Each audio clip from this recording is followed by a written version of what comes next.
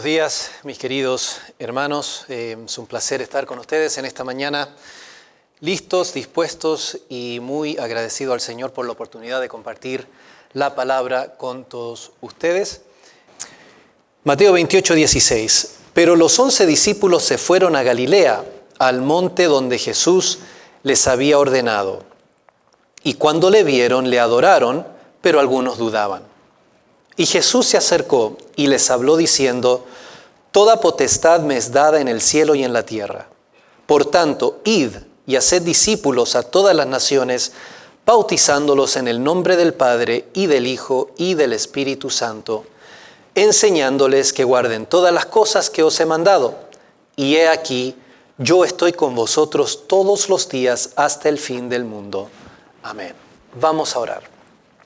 Amado Señor y Padre nuestro que estás y reinas en los cielos, gracias, mi Dios, te damos por este día y por esta oportunidad que tenemos de deleitarnos en tu palabra.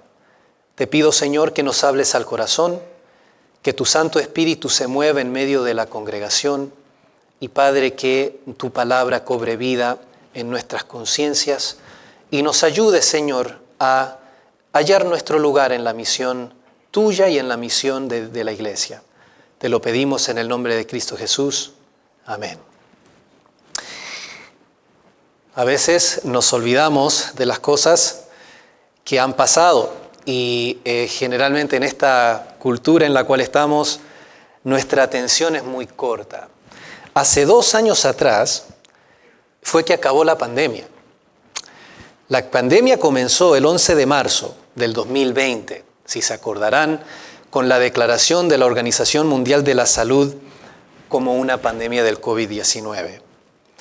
Aquí en Ontario, la pandemia tiene un final oficial el 21 de marzo del 2022, cuando las vacunas obligatorias ya no fueron más obligatorias, ya se terminó eso. Así que el periodo más o menos fueron 2 años, un poquito más de pandemia.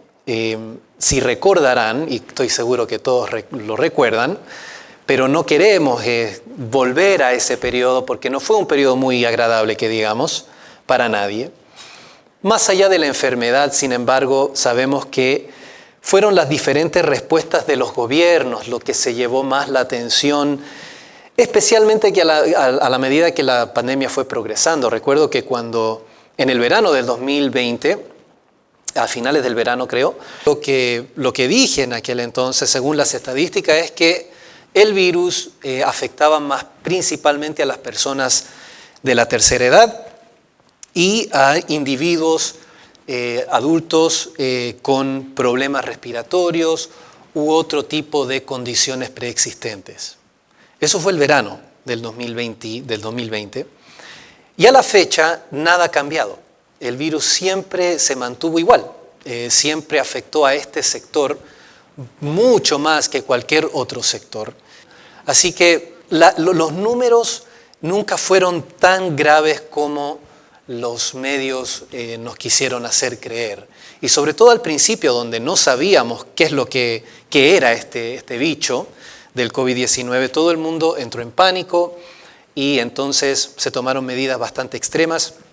Pero como digo, a medida que fuimos avanzando con este asunto, tomó el protagonismo las diferentes leyes que empezaron a imponer los gobiernos, las diferencias entre algunos sitios como aquí en Canadá, donde la intervención gubernamental fue bastante extrema y abarcante, a diferencia de lugares como Suecia, o como la Florida en Estados Unidos, donde después de ese verano ya empezaron a normalizarse las cosas en esos lugares.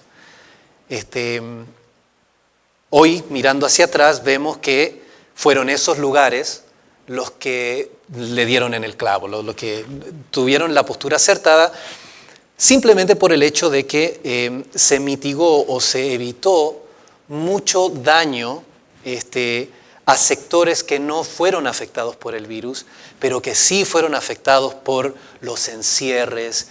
Por ejemplo, más que nada los chicos que pasaron 2 años sin ir a la escuela.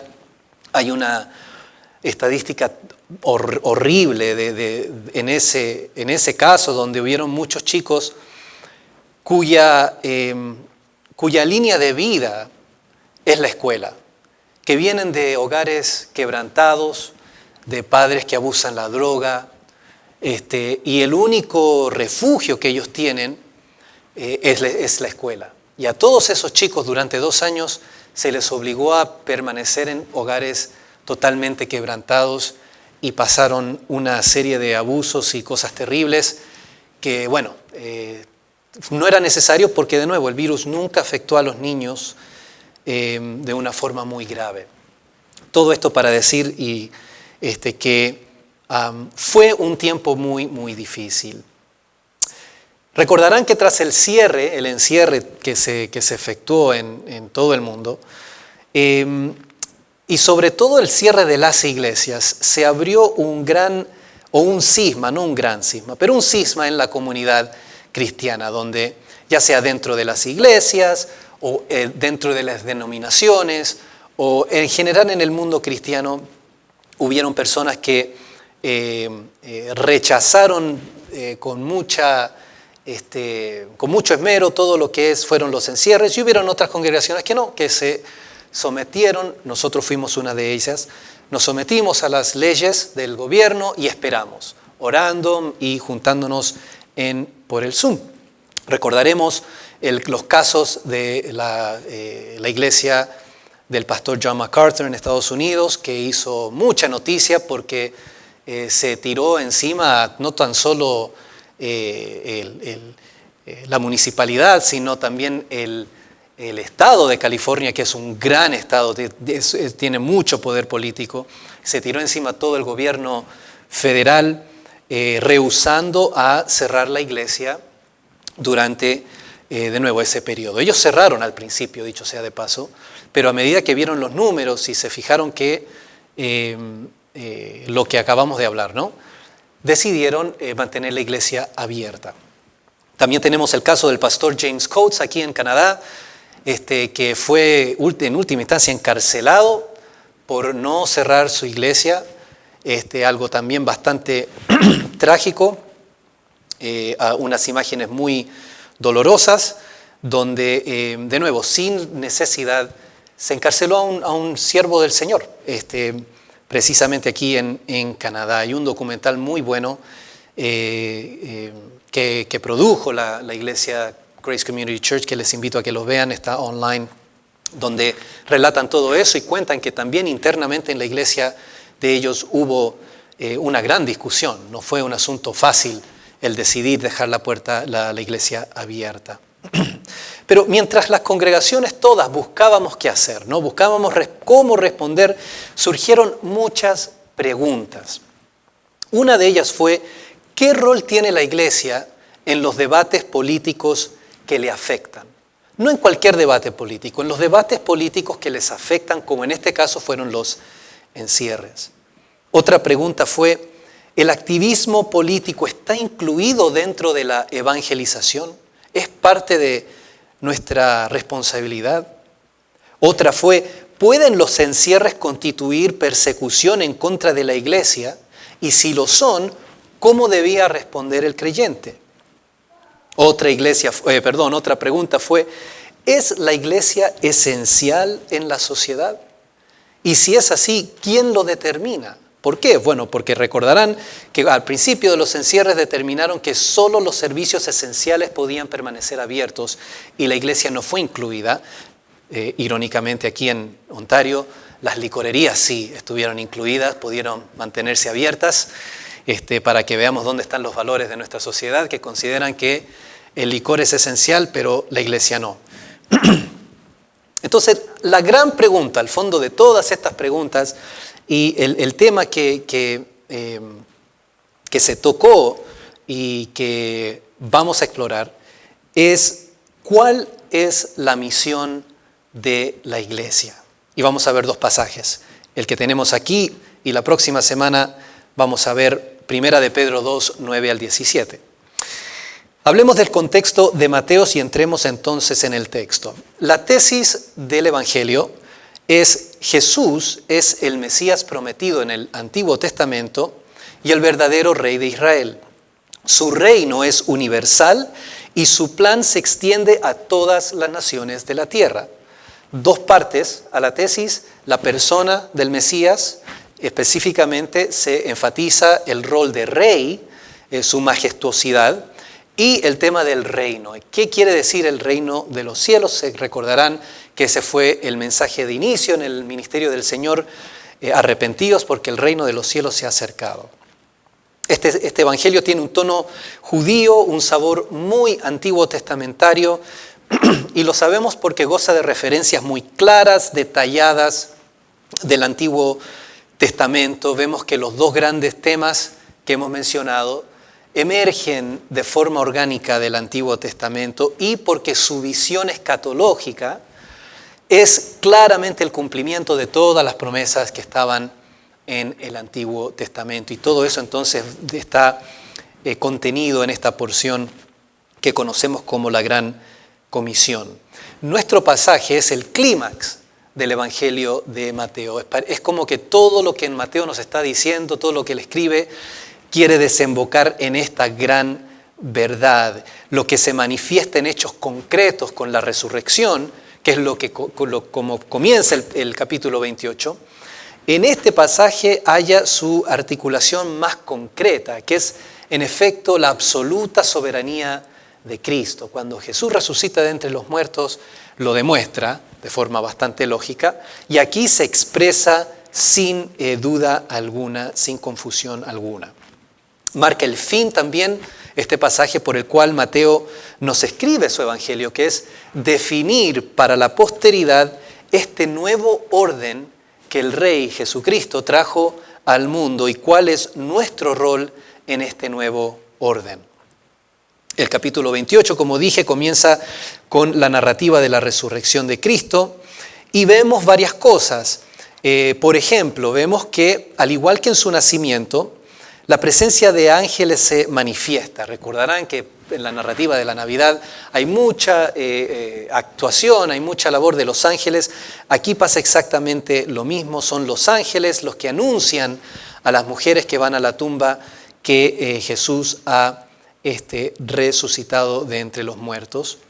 Se menciona que fue María Magdalena y María, madre de Jacobo, es lo que tenemos aquí en Mateo, las que fueron las primeras testigos de la resurrección, aunque Lucas nos va a decir que hubieron más mujeres. Era un equipo de mujeres y todas ellas fueran las que vieron al Señor por primera vez. Esto es importante porque entonces vemos que este nuevo rol, este nuevo orden que el Señor trae al mundo mediante su resurrección, comienza con un anuncio desde el cielo.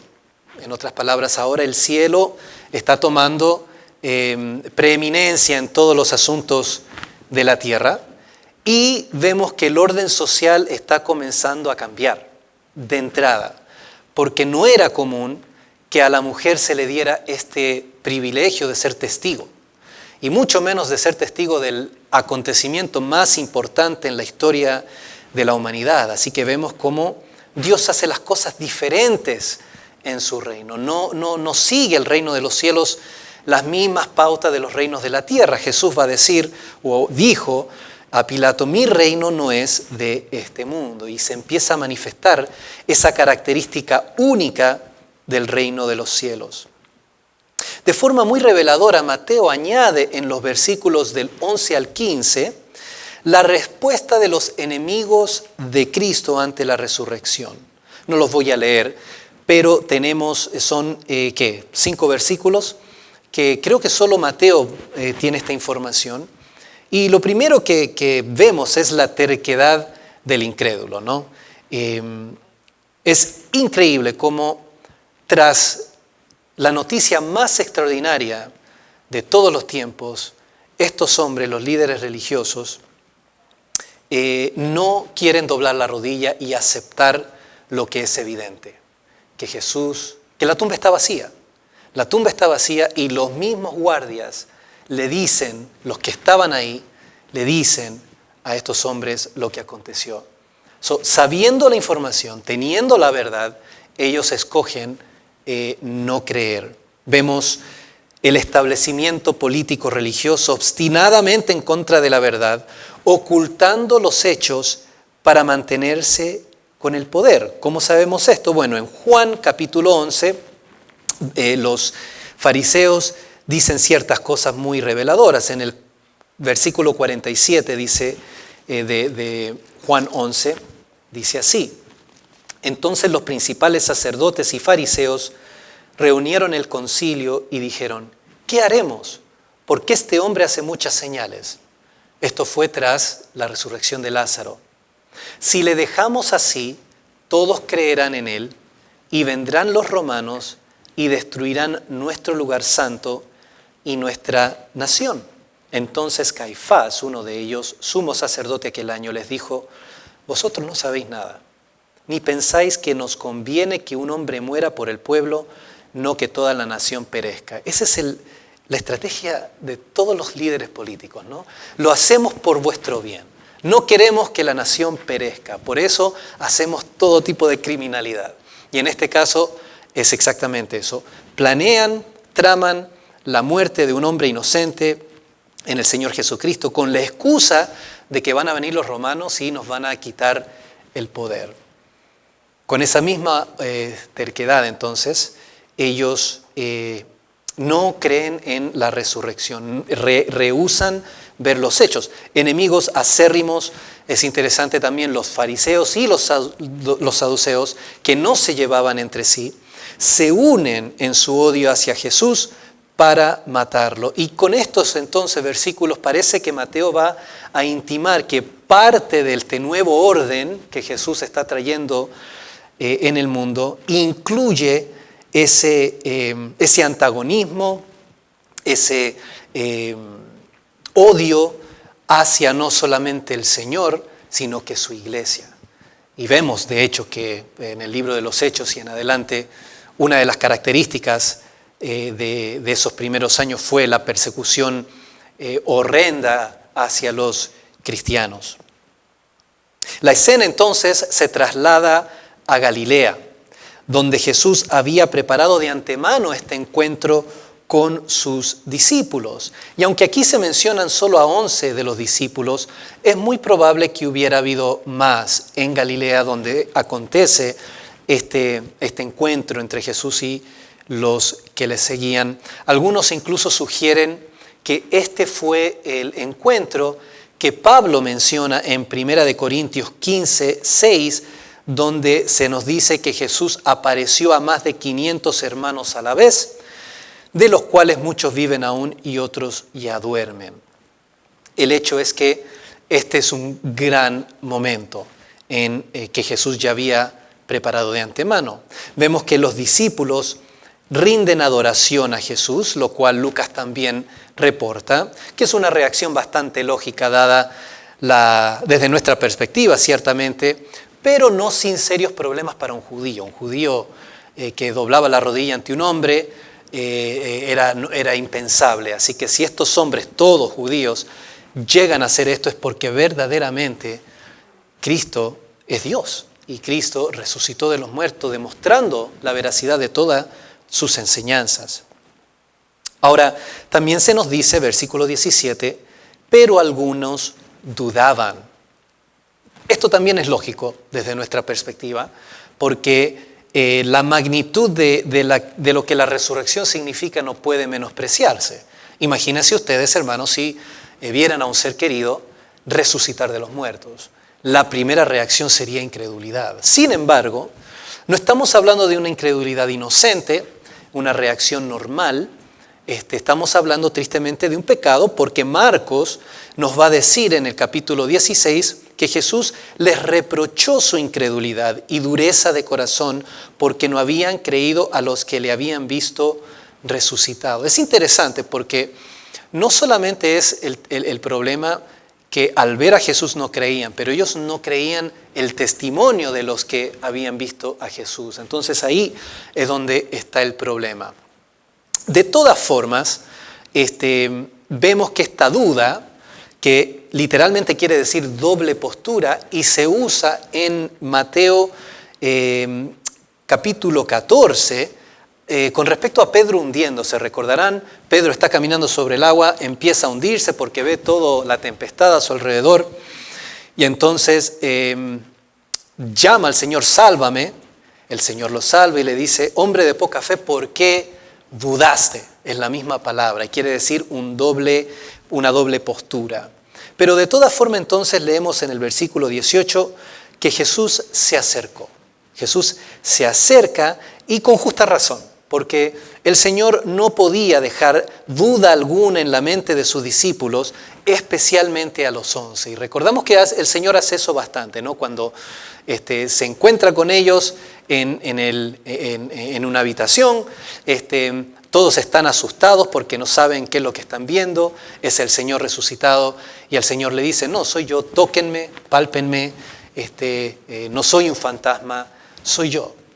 Entonces el Señor, con amor y con paciencia, asegura a los discípulos de este gran acontecimiento.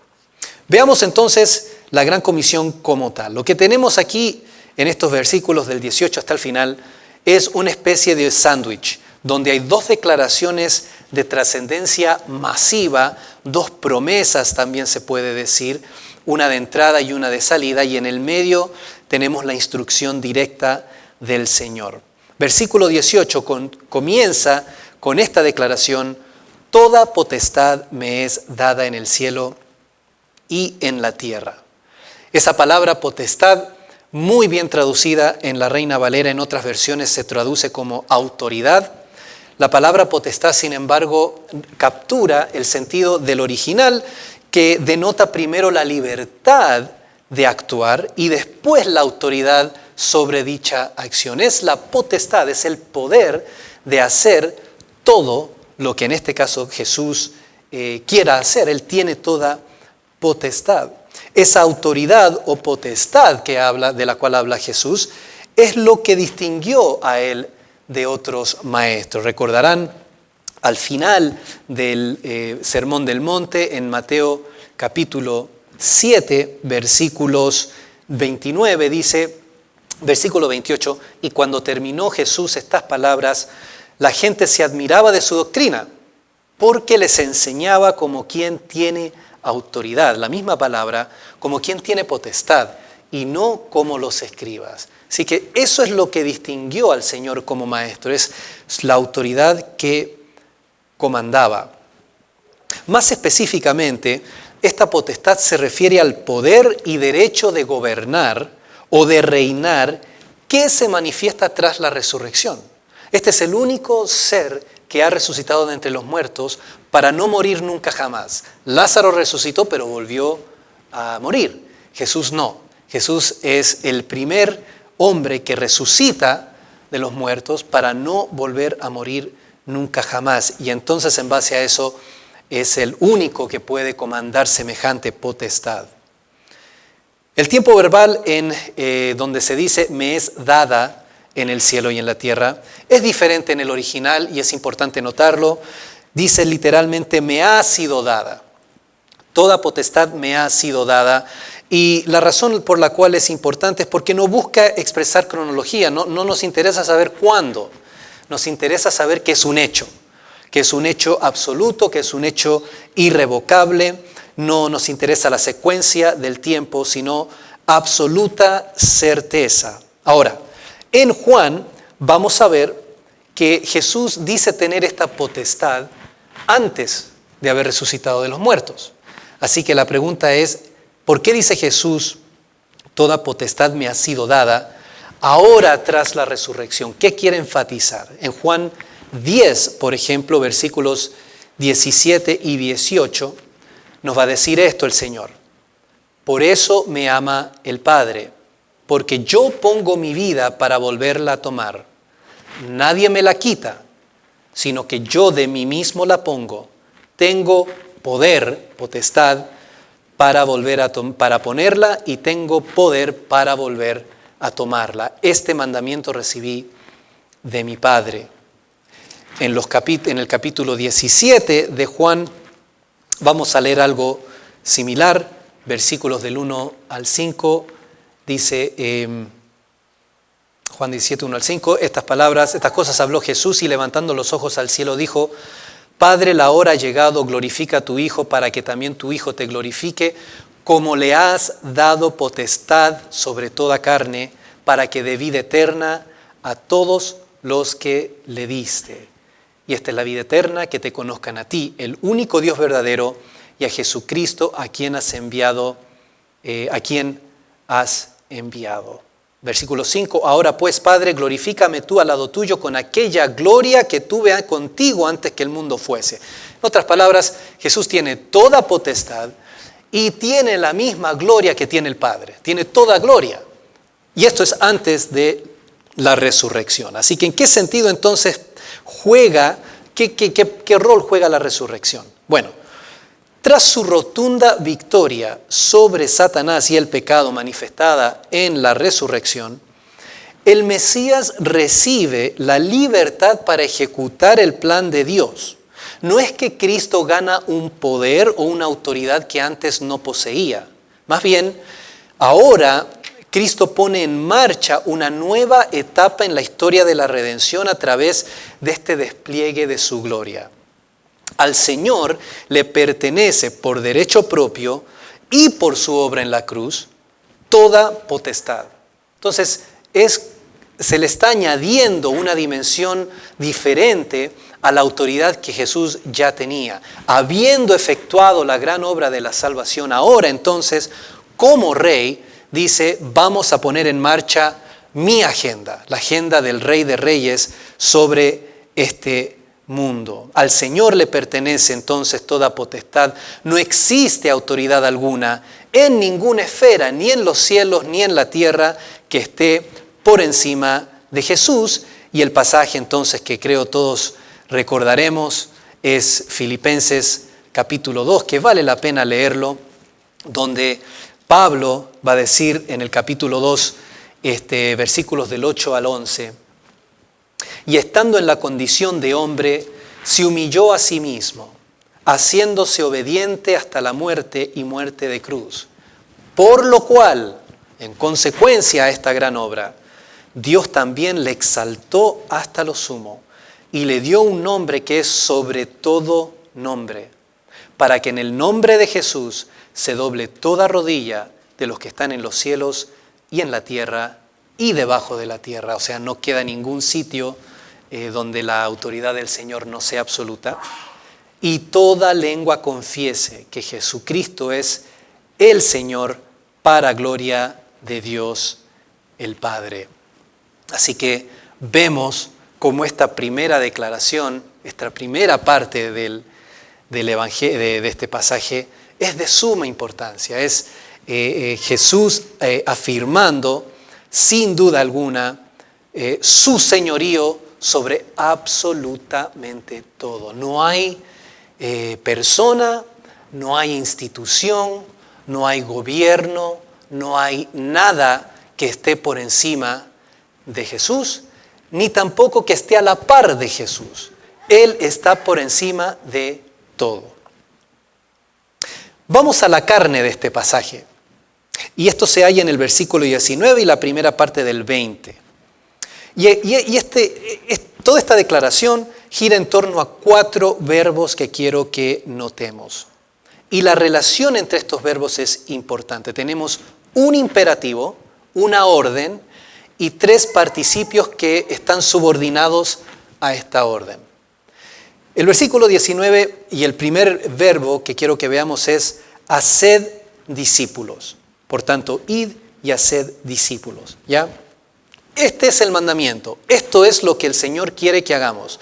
Que vayamos y hagamos discípulos. Esto es precisamente lo que Jesús hizo en su ministerio, en sus 3 años, es hacer discípulos. Somos llamados entonces a continuar la labor enfocándonos en la conversión de individuos. Recordamos lo que Pablo va a decir en Colosenses, si recordarán, capítulo 1, donde él lo pone de una forma bastante peculiar, versículo 24. Ahora me gozo en lo que padezco por vosotros y cumplo en mi carne lo que falta de las aflicciones de Cristo por su cuerpo, que es la iglesia, de la cual fui hecho ministro según la administración de Dios que me fue dada para con vosotros, para que anuncie cumplidamente la palabra de Dios. ¿En qué sentido cumple Pablo lo que falta de los padecimientos de Cristo? Bueno, en el hecho de que ahora él, igual que el Señor Jesucristo, va a predicar el Evangelio y sufre por causa del mismo. No es que falte algo en el sacrificio de Cristo, sino que lo único que falta es que más gente lo vean. Y en ese sentido los discípulos y específicamente los apóstoles son llamados a padecer y mostrar de esa forma la fe, el Evangelio. Ellos padecen de la misma forma que Cristo y eso fue la promesa que Dios le hace a los apóstoles, ¿verdad? Que ellos iban a padecer de igual forma que Él. Es lo que le dice a Pedro, que él iba a tener que beber del vaso que Él bebió, iba a tener que ser martirizado. Así que vemos que ese es el mensaje, esa es la orden de ir y hacer discípulos y todo lo demás va a describir cómo, cuándo y a dónde debemos cumplir con este mandato. En primer lugar, dice, yendo a todas las naciones. Ustedes van a ver que ahí dice, por tanto, id.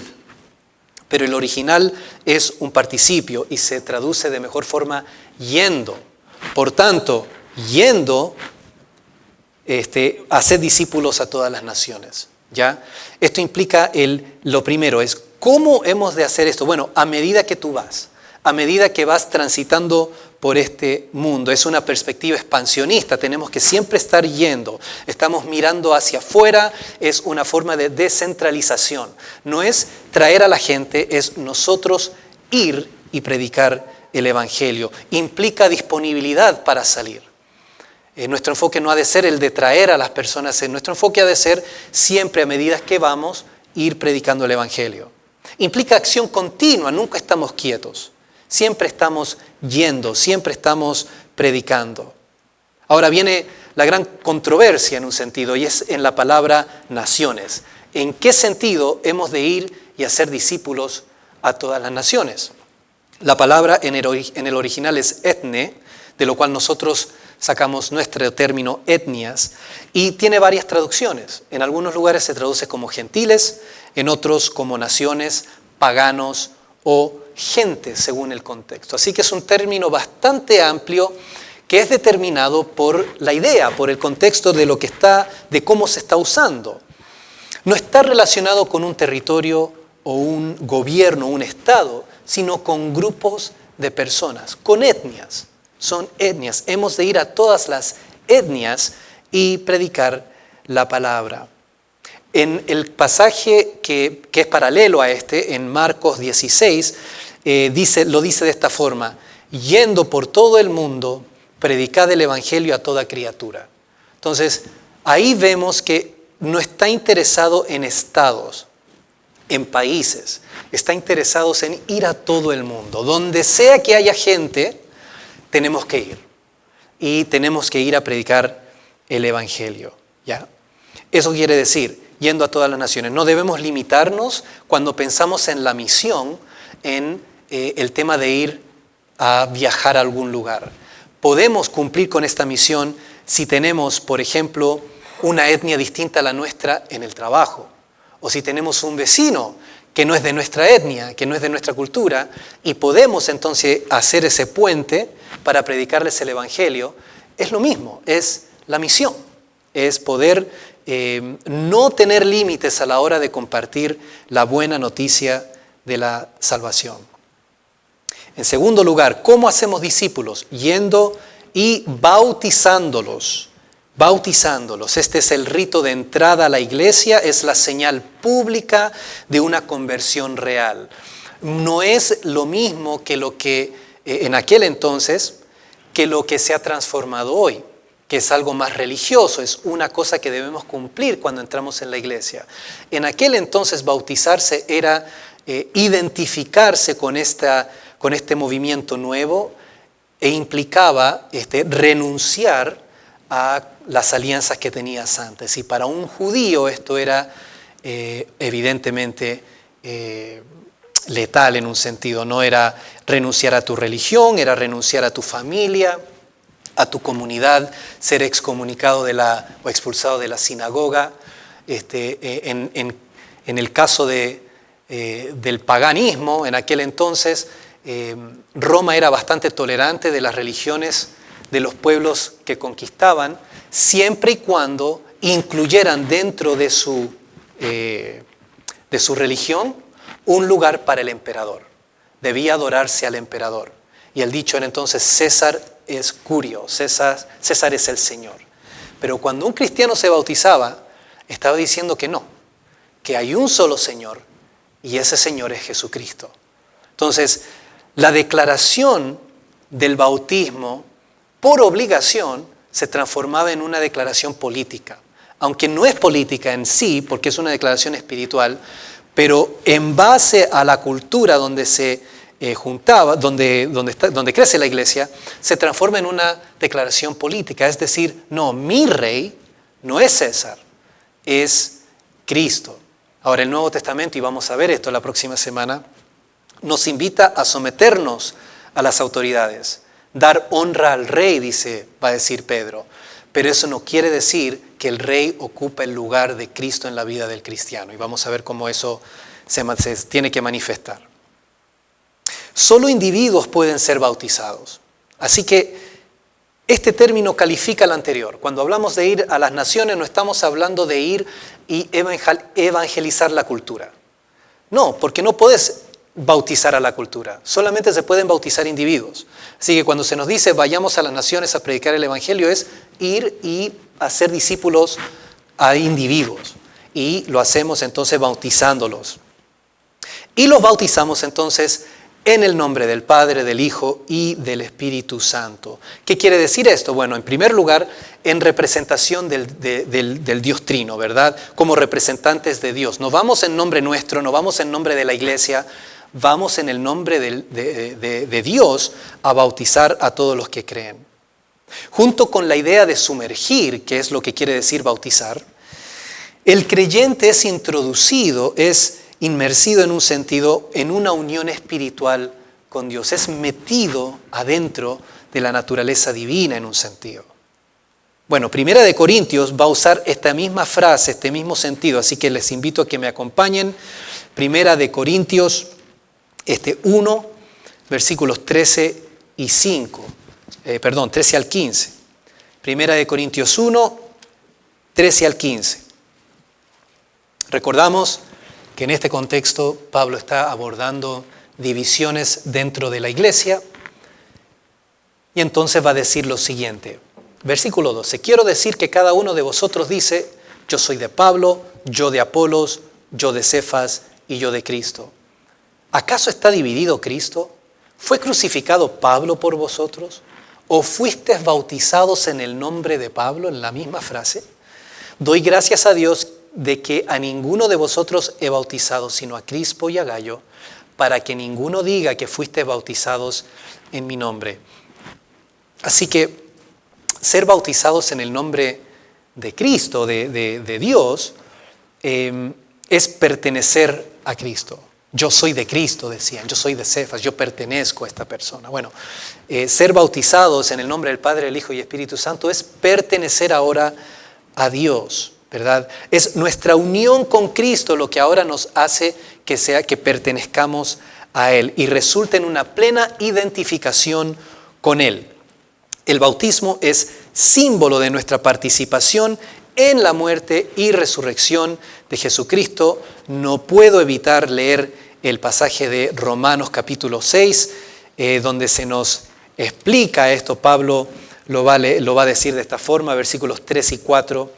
¿O no sabéis que todos los que hemos sido bautizados en Cristo Jesús, hemos sido bautizados en su muerte?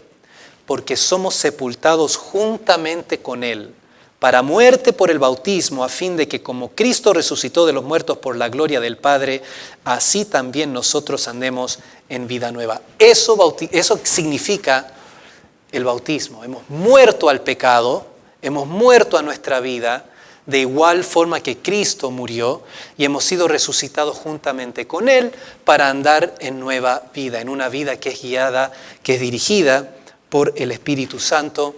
Y hacemos un paréntesis, porque creo que es necesario. Si no te has bautizado, hermano querido, ya has conocido el Evangelio, sabes la verdad y te identificas como creyente, pero no has tenido la chance, por favor hazlo. Es un mandato del Señor. Aquí generalmente en nuestra iglesia hacemos bautizos una vez al año y es una experiencia hermosa. Fue aquí donde yo y mi esposa nos bautizamos. Y es el símbolo de tu compromiso no solo con el Señor, sino con la iglesia y con esta congregación. Y es importante que lo hagamos para no ser hallados en desobediencia al Señor. Notamos entonces el corazón teológico de esta sección, el singular en el nombre, no en los nombres, sino en el nombre del Padre, el Hijo y el Espíritu Santo. Singularidad en el nombre y pluralidad de personas. Y aquí es donde entramos en la doctrina de la Santísima Trinidad, la cual entonces se halla en el centro de nuestra identidad como cristianos. Somos bautizados en el nombre del Dios Trino. ¿Qué quiere decir esto? Dios es un ser, un tipo de entidad, poseyendo una sola esencia en la cual existen tres personas, cada una poseyendo intelecto, voluntad y emoción. A mí me llama la atención y lo encuentro lamentable cuánta confusión hay al respecto de esta doctrina. No la sabemos explicar y generalmente decimos es un misterio, yo lo acepto por fe, pero eso simplemente esconde el hecho de que no entendemos la doctrina. Tenemos que saber explicarla, porque nuestra identidad como cristianos está ligada a quién Dios es, y Dios es un Dios trino. Y no pocos grupos, no pocas personas rechazan el Dios de la Biblia porque ven en la doctrina de la Trinidad una contradicción, la cual no existe, pero porque no la entienden, porque nadie les ha explicado qué es la Trinidad, entonces rechazan el Evangelio y nos ven como personas que tenemos que renunciar a la razón para creer lo que la Biblia dice y aceptar simplemente lo que nos dicen nuestros maestros. No es así. Debemos saber explicar esta gran y mayor de las doctrinas. Este es el concepto más revolucionario que nos dejó el Señor en cuanto a su enseñanza y más allá cuanto a su persona. Lo que Él nos vino a mostrar es la gloria del Padre, nos dice. La Trinidad no es una doctrina inventada, como muchos piensan, por los cristianos, por uno llamado Tertuliano, por ahí cerca del 200 después de Cristo, ni mucho menos es una doctrina que inventa la iglesia en el concilio de Nicea. Eso es algo que falsamente dicen los testigos de Jehová y otros grupos, los musulmanes también, pero de nuevo es porque no conocen la historia y es porque no entienden la doctrina como tal. Aquí está la doctrina, en las palabras del mismo Señor. Es algo que Jesús enseñó. Hubieron dos cosas que revelaron para la iglesia esta doctrina: la resurrección de Cristo y el día de Pentecostés, donde el Espíritu Santo se manifiesta como Señor de la iglesia también. Así que vamos a tener que tener mucho cuidado en cuanto a esto. Por último, dice entonces, ¿cómo hacemos discípulos? Enseñándoles a medida que vamos, bautizándolos en el nombre del Padre, el Hijo y Espíritu Santo y enseñándoles. Por encima de todo, Jesús fue conocido como un maestro, como un rabino. En Mateo capítulo 4, versículo 23, leemos: y recorrió Jesús toda Galilea, enseñando en las sinagogas de ellos y predicando el evangelio del reino y sanando toda enfermedad y toda dolencia. Notamos el énfasis: enseñar y predicar y después sanar. Y eso se repite a lo largo del ministerio del Señor. Mateo 9, 35.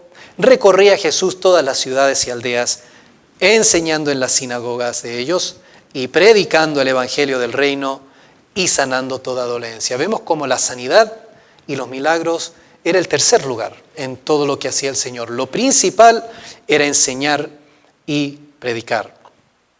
Los apóstoles fueron comisionados principalmente como maestros y predicadores según el modelo que vieron en Jesús. Es Pablo, de nuevo, en Primera de Corintios, yo lo leo, capítulo 1, versículo 17, donde él va a decir precisamente esto. Pues no me envió Cristo a bautizar, sino a predicar el evangelio, no con sabiduría de palabras, para que no se haga vana la cruz de Cristo. Pablo, que en esta misma carta va a decir, yo hablo más lenguas que todos, aquí nos dice, no fui enviado a impresionar a nadie con milagros, ni con lenguas, ni nada por el estilo, ni siquiera bautizando. Fui enviado a predicar. Ser discípulo de Jesús entonces es someterse a su enseñanza, impartida por los apóstoles y preservada por nosotros, para nosotros, en el Nuevo Testamento. Y esa enseñanza consiste en tres cosas. Número 1, guardar. Enséñenles a guardar, atender con cuidado, observar. Va mucho más allá de una obediencia obligada. Es atesorar la enseñanza de Cristo, es tenerla en el corazón. A guardar todas las cosas, no parte de lo que Él nos enseñó, sino que todas las cosas, sin que falte absolutamente nada, implica plenitud a la hora de estudiar la Biblia. No tenemos que tener o debemos cuidarnos de tener flaquezas en nuestra doctrina. Tenemos que estar seguros de lo que entendemos y hemos creído. Guardar todas las cosas que os he mandado. Y la pregunta aquí entonces es, ¿esto se refiere solo a lo que Jesús enseñó en los 3 años de ministerio o también incluye el Antiguo Testamento? Y la respuesta nos la da el Señor en Juan capítulo 5. Por favor, acompáñenme porque vamos a leer un par de versículos en Juan. Juan capítulo 5, versículos 39 al 40, dice así. Y mientras buscan, voy a tomar agua.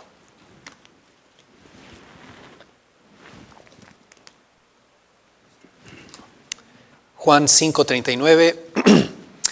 Escudriñad las Escrituras, porque a vosotros parece que en ellas tenéis vida eterna, y ellas son las que dan testimonio de mí. Y no queréis venir a mí para que tengáis vida. 46 al 47. Porque si creyeseis a Moisés, me creeríais a mí, porque de mí escribió él. Pero si no creéis a sus escritos, ¿cómo creeréis a mis palabras? Jesús aquí está diciendo algo bastante extraordinario. Es casi como que dijese, si no crees en Moisés, no puedes creer en lo que te estoy diciendo. Porque todo lo que el Señor enseñó procede y es el cumplimiento de lo que vino antes. Porque es una misma revelación. Cuando Jesús dice que hemos de ser enseñados en guardar todo lo que nos mandó, incluye el Antiguo Testamento. Tenemos que incluir la ley y los profetas en lo que Cristo nos vino a enseñar y entonces tenemos que guardar aquellas cosas también. Esto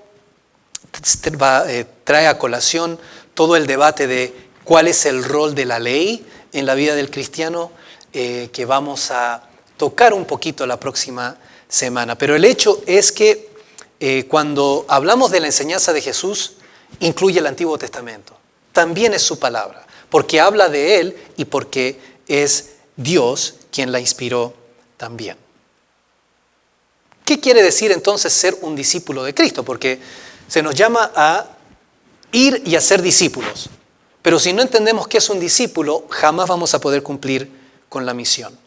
Los verdaderos discípulos de Cristo son los que guardan sus enseñanzas. Y aquí quiero que vayamos a Juan, el capítulo 14, y vamos a leer un par de versículos para que hagamos las conexiones con todo lo que hemos ido hablando. Vamos a ir atando cabos sueltos ya.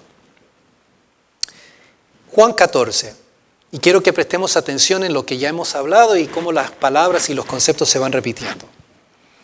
Juan 14:15 dice así: si me amáis, guardad mis mandamientos. Que guardar los mandamientos del Señor. 21. El que tiene mis mandamientos y los guarda, ese es el que me ama. Y el que me ama será amado por mi Padre, y yo le amaré y me manifestaré a él. Muy similar a lo que va a decir: estoy con vosotros hasta el fin del mundo. Bueno, ¿cómo te vas a manifestar con nosotros? Porque es lo que le pregunta ahí Judas. ¿Cómo es que te manifestarás a nosotros y no al mundo? Respondió Jesús y le dijo: el que me ama, mi palabra guardará.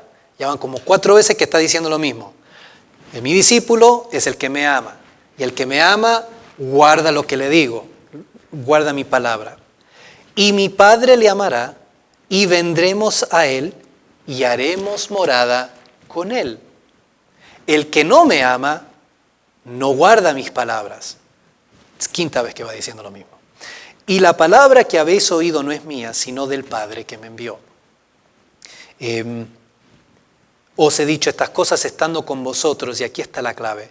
Mas el Consolador, el Espíritu Santo, a quien el Padre enviará en mi nombre, Él os enseñará todas las cosas y os recordará todo lo que os he dicho.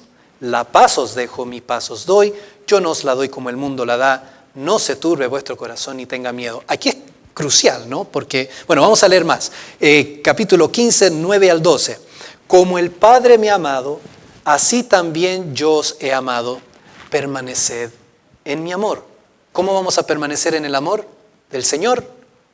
Guardando su palabra. Si guardareis mis mandamientos, permaneceréis en mi amor. Así como yo he guardado los mandamientos de mi Padre y permanezco en su amor. Estas cosas os he hablado para que mi gozo esté en vosotros y vuestro gozo sea cumplido. Este es mi mandamiento, que os améis unos a otros como yo os he amado. Así que aquí vemos cómo el Señor está ligando este asunto de guardar su palabra con el amor. Guardar su palabra equivale a amar al Señor. Amar al Señor equivale entonces a ser partícipes y testigos al mundo del amor de Dios que existe en el Padre, el Hijo y el Espíritu Santo. ¿Se fijan? Entonces, cuando guardamos los mandamientos, mostramos el amor de Cristo hacia Cristo y entonces nos identificamos con este Dios. La misión de la iglesia es hacer este tipo de discípulos, ¿ya? Predicando el Evangelio por el poder de Dios para la salvación de estos individuos. Y eso se manifiesta en el amor dentro de la iglesia. Por eso el énfasis. Si decimos que le amamos y no guardamos su palabra, estamos mintiendo, ¿verdad? Tenemos que guardar la palabra. Esa es la misión. La misión entonces tiene que ver con eso. Eso es el enfoque, es enseñarle a los discípulos a amarse los unos a los otros, a guardar la palabra, a vivir de tal forma que glorifiquemos a Dios. Y de allí parte todo. ¿Hay un lugar para la iglesia y la participación en la sociedad? Claro que sí, pero no es ese el enfoque. No es esa la misión es esta.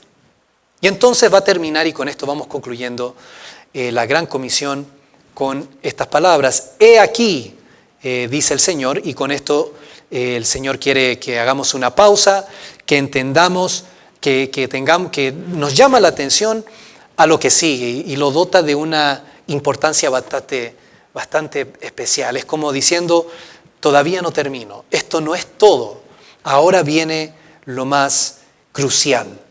Yo estoy con vosotros todos los días. Es la continua presencia de Cristo prometida a todos y cada uno de nosotros. La gran verdad que garantiza el éxito de la gran misión es que Cristo está con nosotros. ¿Cómo? Acabamos de leerlo. Por el Espíritu Santo que mora en nosotros. Es en ese sentido que Jesús dice, el Padre y yo haremos morada en ustedes, con vosotros. ¿Cómo? por medio del Espíritu Santo que mora en nosotros. Así que vemos que toda la Trinidad, todo lo que Dios es, está involucrado en la misión y que asegurándonos que nosotros vamos a poder cumplir lo que el Señor nos manda. Notamos el tiempo del verbo, ¿verdad? Yo estoy con vosotros. No dice estaré una vez que me vaya, no. Yo estoy con vosotros. Y es interesante porque el Señor llama al Espíritu Santo el otro consolador. Él es el consolador original y envía a otro consolador que continúa el ministerio que Cristo hizo estando en la tierra, pero ahora lo hace adentro de cada uno de nosotros. Es fácil caer en el error de pensar en Cristo como distante, como allá. Pero este versículo debe corregir ese pensamiento. Él está con nosotros. Y qué lindo para los hermanos que están en Cuba. No están simplemente ellos, está Cristo con ellos, allá cumpliendo la misión. Se nos obliga a conceptualizar la misión en términos del día a día, tanto en los días buenos como en los días malos, como en los días muy malos. Cristo está con nosotros y en nosotros por su Espíritu Santo. Y Él está con nosotros hasta el fin del mundo, hasta el fin del siglo. Y esta es la perspectiva escatológica y hace que este pasaje entonces sea dirigido no solo a los 11 que dejaron de estar aquí en la tierra hace mucho tiempo, sino que a todos los discípulos. Todos y cada uno de nosotros estamos incluidos en esta condición. Y Jesús jamás va a apartar su presencia de la iglesia y de nosotros para garantizar que podamos continuar con la misión. Sin importar los muchos cambios en la sociedad a lo largo de los siglos, en el ámbito político y cultural, la misión de la iglesia sigue siendo la misma, con su enfoque en la salvación de individuos, en ir y hacer discípulos, su correcto adoctrinamiento y su santificación, que es lo que hace la iglesia como tal. Concluyo con esto. Los hermanos están en Cuba. Y creo que no hay lugar en Latinoamérica con más problemas de orden político y social que la isla. Quizás Venezuela, pero por ahí andan. Fácil sería sugerir, hermanos, que la prioridad de la iglesia, del equipo que hemos enviado allá, debería ser la reforma política del país. Debería ser la ayuda social. Debería ser tratar de animar a los cubanos para que se levanten contra ese gobierno tan terrible que han tenido por tanto tiempo. Según la Biblia, sin embargo, el enfoque correcto es el adoctrinamiento de los discípulos, con el fin de prepararlos para la evangelización. Esa es la misión, y a eso fueron nuestros hermanos. Debemos adorar al Señor y gozarnos en nuestra participación en la misión de la iglesia. Es un privilegio, hermanos, poder como iglesia participar mediante el esfuerzo de Raciel, el pastor y todo el equipo, para que, como ellos están allá, nosotros también estemos en oración, orando por el éxito de la misión. Una misión que Dios está llevando a cabo hace 2000 años atrás. Me dirás quizás, hermano o hermana, bueno, pero ¿qué de los problemas que tienen? La gente se está muriendo de hambre. No tienen luz eléctrica, hay apagones a cada rato. Si nos trasladamos a nuestra cultura, la situación obviamente no es la misma, no se puede comparar, pero nosotros tenemos nuestros propios problemas. Aquí hay mucha injusticia. Nuestro país tristemente se jacta y ha sido punta de lanza en dos de las atrocidades más grandes que ha conocido la historia, que es la aborción y la eutanasia. Hay un programa específicamente diseñado aquí en Canadá que busca extender asistencia médica para el suicidio. En otras palabras, el gobierno está subvencionando el suicidio. Y específicamente atacan a los ancianos y a las personas con problemas de salud mental. Se están deshaciendo de la gente. Y el gobierno no solamente lo vende como una opción, sino que se jactan como que es algo humanitario, como que es algo bueno. ¿Para qué hablar de nuevo de los miles de inocentes asesinados por medio de la aborción. Y como si eso fuera poco, tenemos la locura de la ideología de género que hace trastornos en la vida de las personas, mutilándose a chicos de 12, 13 años, siendo incapaces después de tener una vida normal. Y de nuevo, el gobierno y la sociedad se jacta como algo tolerante. Tenemos nuestros problemas. ¿Acaso la iglesia tiene que estar de brazos cruzados sin hacer nada? Bueno, esa pregunta la vamos a responder la próxima semana y vamos a ver qué rol tiene el cristiano en todo esto. Vamos a orar. Bendito Señor, Padre nuestro que estás en los cielos, te damos las gracias por esta palabra y te pedimos, Señor, que nos ayudes, Padre, a cumplir con la misión. Hemos sido enseñados esta mañana como tú estás en la totalidad de tu esencia como Dios Trino, Señor, participando, activo, Señor, para cumplir esta misión. No tenemos excusas, Señor, tu palabra es clara. Debemos ir, debemos, a medida que vamos, en todas partes, predicar el Evangelio, Señor. Buscar hacer discípulos. Y a los que tenemos y a los que conocemos, enseñarles a guardar toda tu palabra, Señor. Debemos, Señor amado, tener un corazón por las almas. Ayúdanos, Señor, sensibilízanos para predicar tu palabra. Y ayúdanos también a descansar en tu absoluta soberanía, sabiendo que por tu poder y por tu voluntad la misión se llevará a cabo y será exitosa como lo ha sido por 2000 años y más. Gracias, Señor.